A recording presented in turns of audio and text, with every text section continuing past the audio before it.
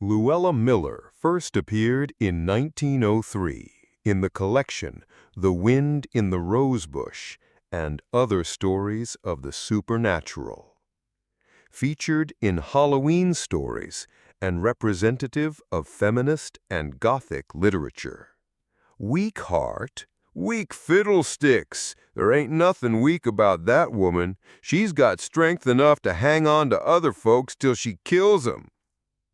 Close to the village street stood the one-story house in which Luella Miller, who had an evil name in the village, had dwelt. She had been dead for years, yet there were those in the village who, in spite of the clearer light which comes on a vantage point from a long-past danger, half believed in the tale which they had heard from their childhood. In their hearts, although they scarcely would have owned it, was a survival of the wild horror and frenzied fear of their ancestors who had dwelt in the same age with Luella Miller. Young people, even, would stare with a shudder at the old house as they passed, and children never played around it as was their wont around an untenanted building. Not a window in the old Miller house was broken. The panes reflected the morning sunlight in patches of emerald and blue, and the latch of the sagging front door was never lifted, although no bolt secured it. Since Luella Miller had been carried out of it, the house had had no tenant except one friendless old soul who had no choice between that and the far-off shelter of the open sky. This old woman, who had survived her kindred and friends, lived in the house 1 week.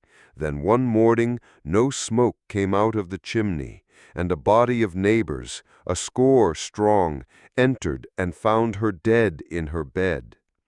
There were dark whispers as to the cause of her death, and there were those who testified to an expression of fear so exalted that it showed forth the state of the departing soul upon the dead face.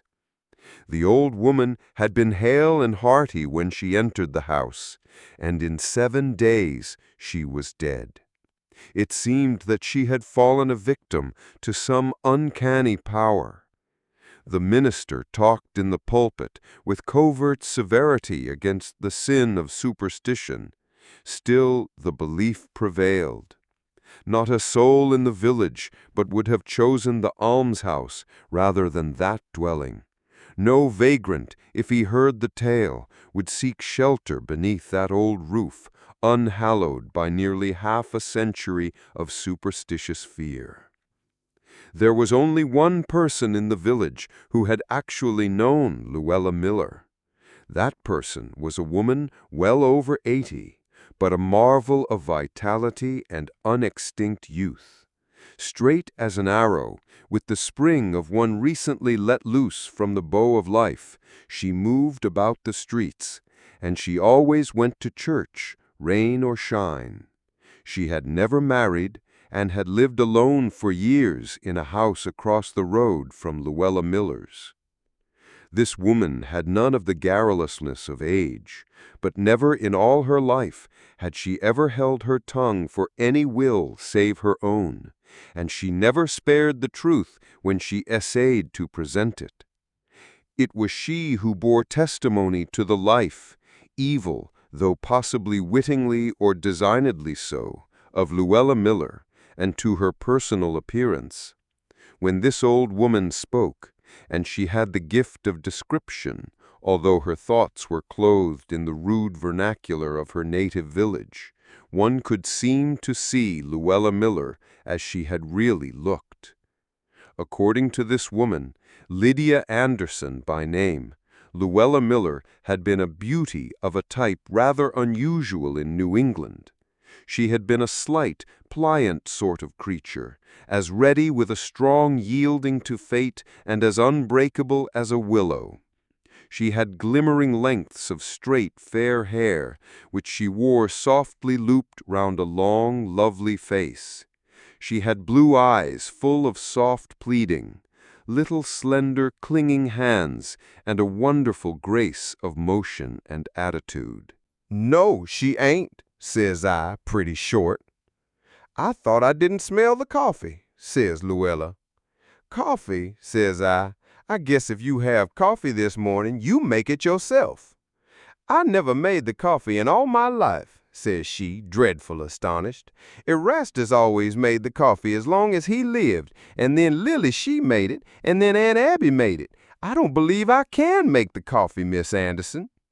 "You can make it or go without, just as you please," says I. "Ain't Aunt Abby going to get up?" says she. "I guess she won't get up," says I, sick as she is.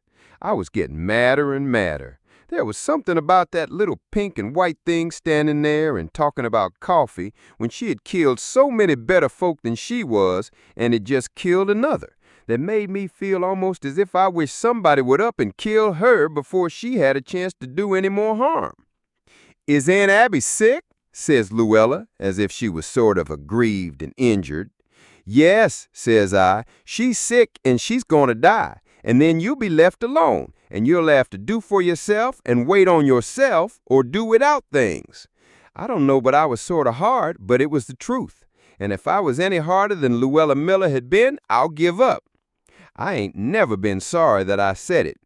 Well, Luella, she up and had hysterics again at that, and I just let her have 'em. All I did was to bundle her into the room on the other side of the entry where Aunt Abby couldn't hear her, if she wasn't past it. I don't know but you was. And set her down hard in a chair and told her not to come back into the other room, and she minded. She had her hysterics in there till she got tired. When she found out that nobody was coming to coddle her and do for her, she stopped. At least I suppose she did. I had all I could do with poor Aunt Abby trying to keep the breath of life in her. The doctor had told me that she was dreadful low and give me some very strong medicine to give to her in drops real often, and told me real particular about the nourishment. Well, I did as he told me real faithful till she wa'n't able to swaller any longer. Then I had her daughter sent for. I had begun to realize that she wouldn't last any time at all. I hadn't realized it before, though I spoke to Luella the way I did. The doctor, he came, and Mrs. Sam Abbott, but when she got there, it was too late. Her mother was dead.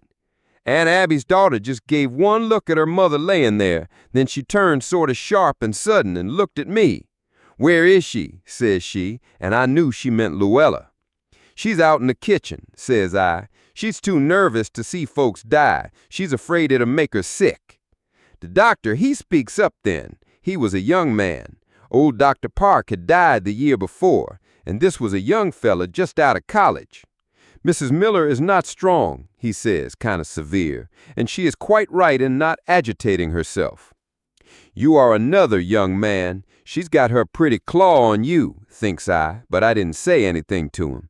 I just said over to Mrs. Sam Abbott that Luella was in the kitchen, and Mrs. Sam Abbott, she went out there, and I went too, and I never heard anything like the way she talked to Luella Miller. I felt pretty hard to Luella myself, but this was more than I would ever have been dared to say. Luella, she was too scared to go into hysterics. She just flopped. She seemed to just shrink away to nothing in that kitchen chair with Mrs. Sam Abbott standing over her and talking and telling her the truth. I guess the truth was most too much for her and no mistake, because Luella presently actually did faint away, and there wasn't any sham about it the way I always suspected there was about them hysterics. She fainted dead away, and we had to lay her flat on the floor. And the doctor, he came running out, and he said something about a weak heart, dreadful fierce, to Mrs. Sam Abbott. But she wa'n't a mite scared. She faced him just as white as even Luella was laying there looking like death, and the doctor feeling of her pulse. "Weak heart, weak fiddlesticks. There ain't nothing weak about that woman. She's got strength enough to hang on to other folks till she kills 'em. Weak. It was my poor mother that was weak. This woman killed her as sure as if she had a knife to her." But the doctor, he didn't pay much attention. He was bending over Luella, laying there with her yellow hair all streaming and her pretty pink and white face all pale and her blue eyes like stars gone out.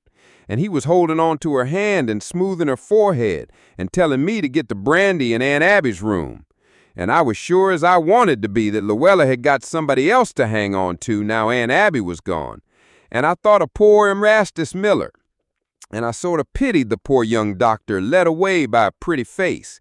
And I made up my mind I'd see what I could do. I waited till Aunt Abby had been dead and buried about a month, and the doctor was going to see Luella steady, and folks were beginning to talk. Then, one evening, when I knew the doctor had been called out of town and wouldn't be around, I went over to Luella's.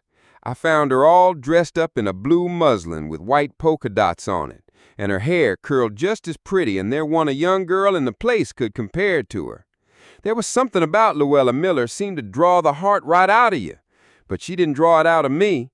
She was sitting rocking in the chair by her sitting room window, and Maria Brown had gone home.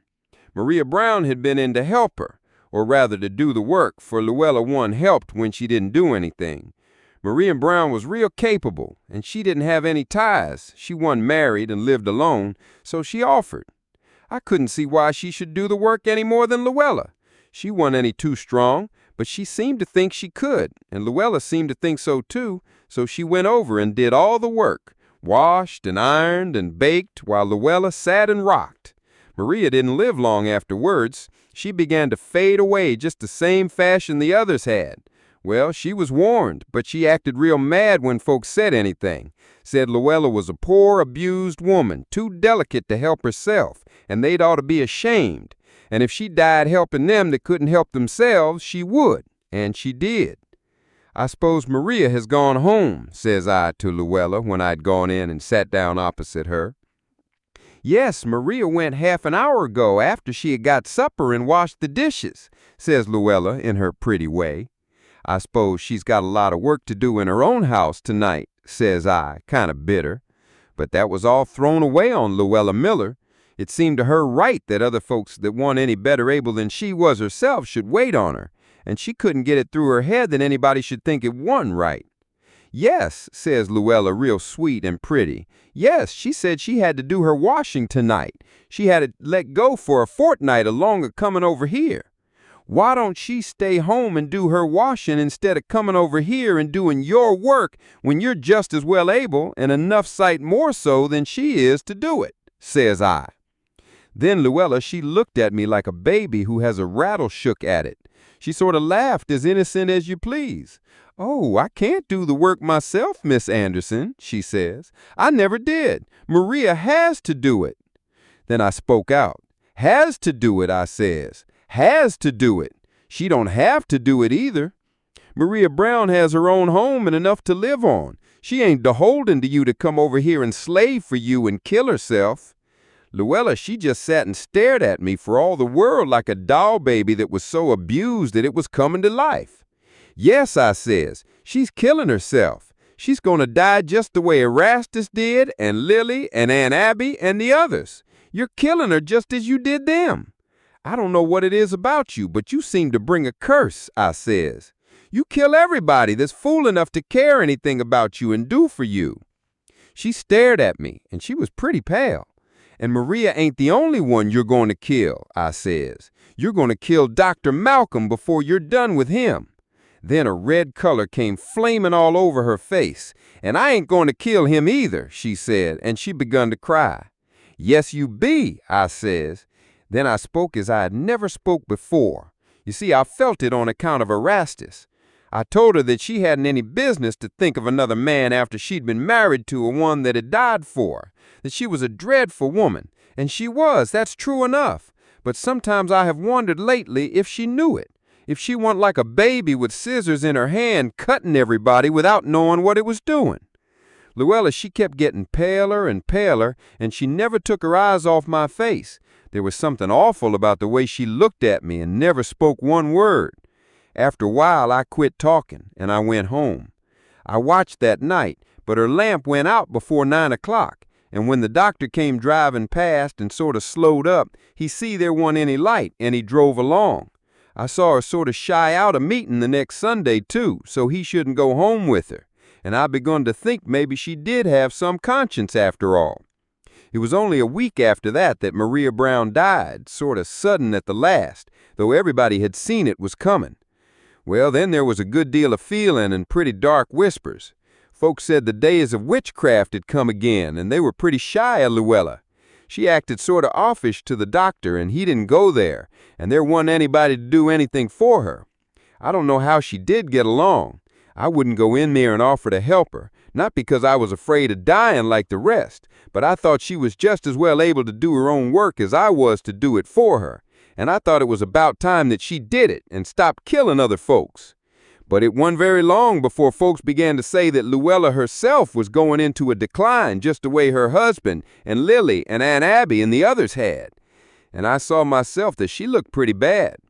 I used to see her going past from the store with a bundle as if she could hardly crawl, but I remembered how Erastus used to wait and tend when he couldn't hardly put one foot before the other, and I didn't go out to help her. But at last, one afternoon, I saw the doctor come driving up like mad with his medicine chest, and Mrs. Babbitt came in after supper and said Luella was real sick. I'd offer to go in and nurse her, she said, but I've